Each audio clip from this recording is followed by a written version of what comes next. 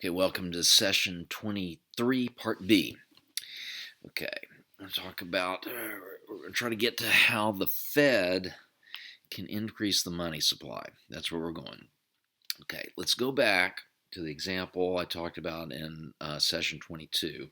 So there's the bank with 100 million in deposits, and suppose that it has taken that 100 million, put 90 million in loans to its customers, and it has 10 million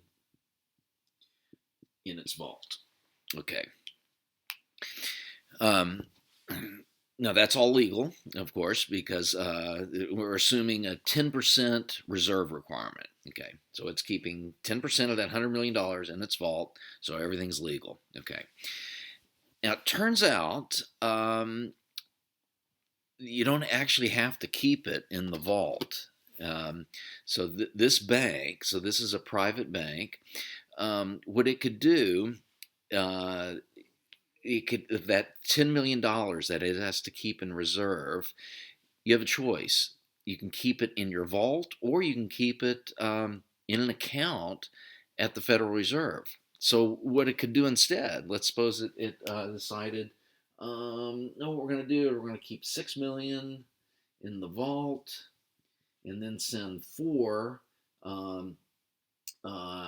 in a Fed account.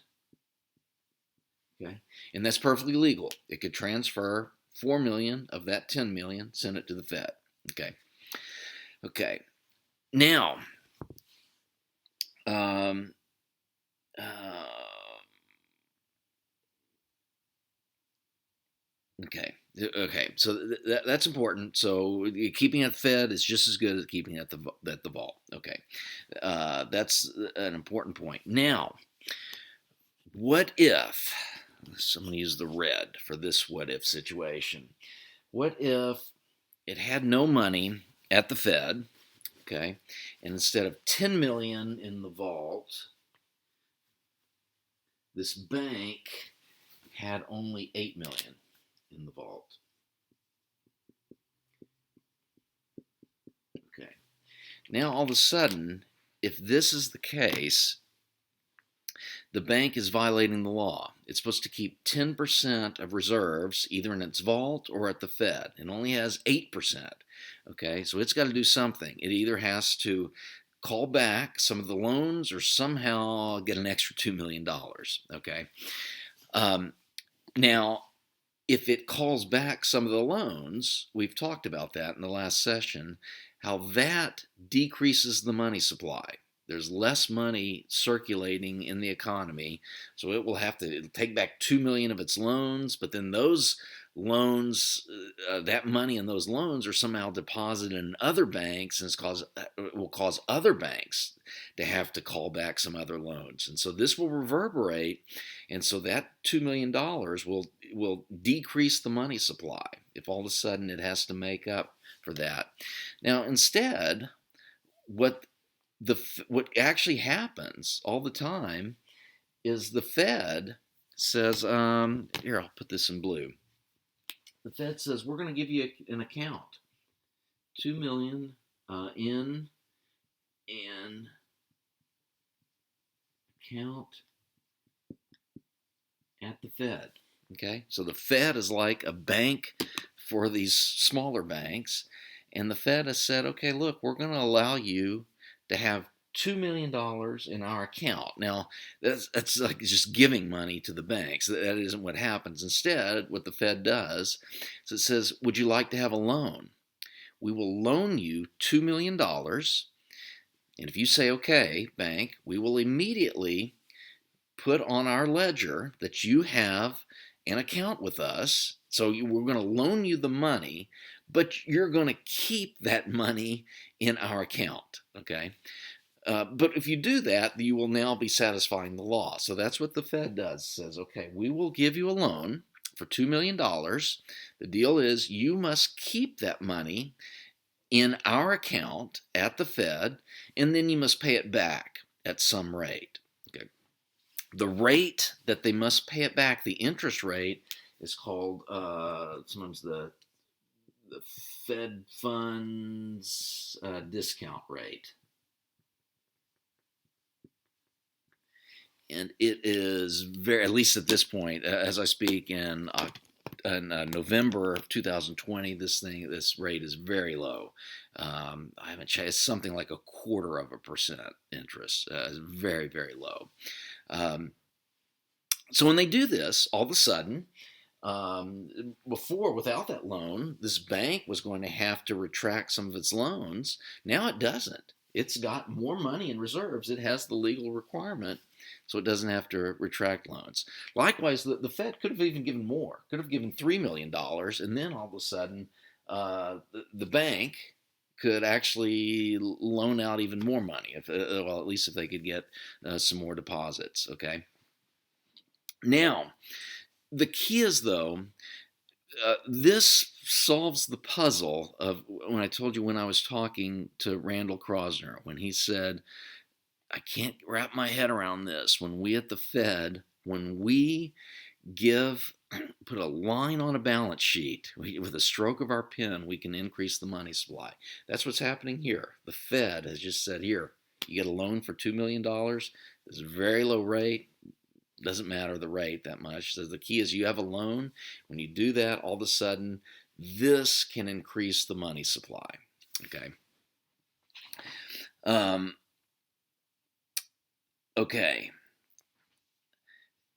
Now, one final point, and I think I can end this. We're about to end. I'm going to have a very short session. Session 23. It's going to be very short. The key is when the Fed does this. So when the Fed says, how'd you like a loan? Hey, bank, how'd you like a loan? The bank doesn't have to say, okay. The Fed can offer the loan. The bank says, well, maybe we don't want that loan. The Fed will say, well, look, we want to increase the money supply. The way we'll do this is we will make loans to these banks, and then that allows them to loan more money, and so on.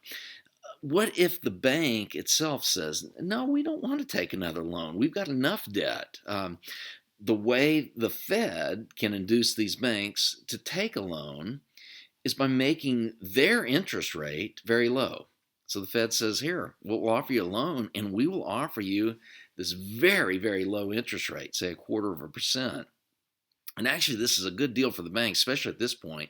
It turns out government bonds, treasury bonds, are paying something like 0.8%. So if the Fed is saying, here, we'll give you a loan and only charge you 0.2%, the bank can say, well, I'll take the loan, pay the 0.2%, earn 0.8% by immediately cashing in a government bond, and it's like arbitrage situation. It's free money. The bank says, and maybe even better, we can find some homeowner that wants a loan from our bank to finance his or her home, and maybe we can get an even higher rate. The bank says we can make even higher profits. But the key is that the Fed can induce these banks to borrow more money from the Fed by lowering its interest rate. And they could make it so that they loan less money by making that interest rate higher. Okay.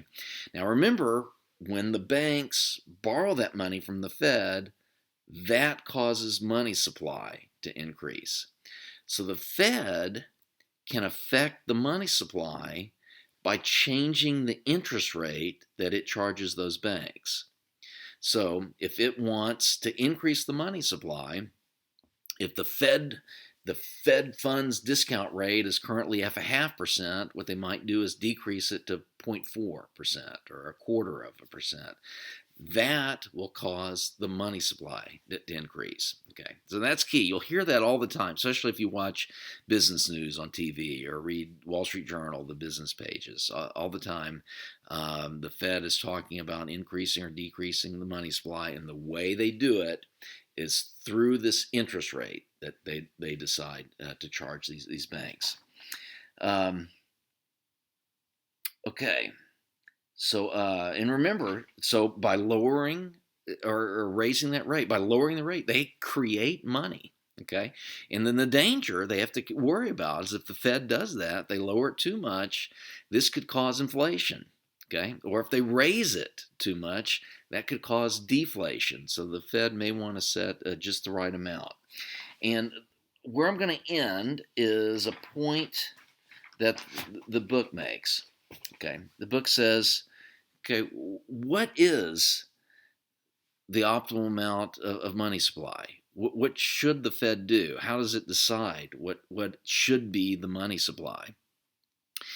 And you may think, well, the key thing is keep it constant. Let's make it stable. But the book points out there are other factors, especially, we won't go into this, but the overall economy demand for money, that could rise and fall or fall. When that does, that could cause changes in prices. Okay. And the book says, no, it's not clear that what you want is a fixed money supply. What you would like is stable prices. They said this is really kind of one of the main jobs of the Fed, is to keep prices stable, make people have confidence in the money. And so for that reason, the book suggests, and I agree, that what the Fed should be doing is raising or lowering this interest rate in order to keep prices stable. You want to keep inflation at zero or very low amount, like 1 or 2%, something like that. And I agree with that. But the key is that the way the Fed does that is all through that federal funds rate. Okay, that's one of the key points, almost like the punchline of the chapter. So hopefully you understand that. And that will be part B of session 23. So I'm going to end there. That's all I'm going to do for my discussion of the topics in chapter 14. I'll come back, see you in session C, where I will do some of the problems in the back of the chapter. Okay, see you there.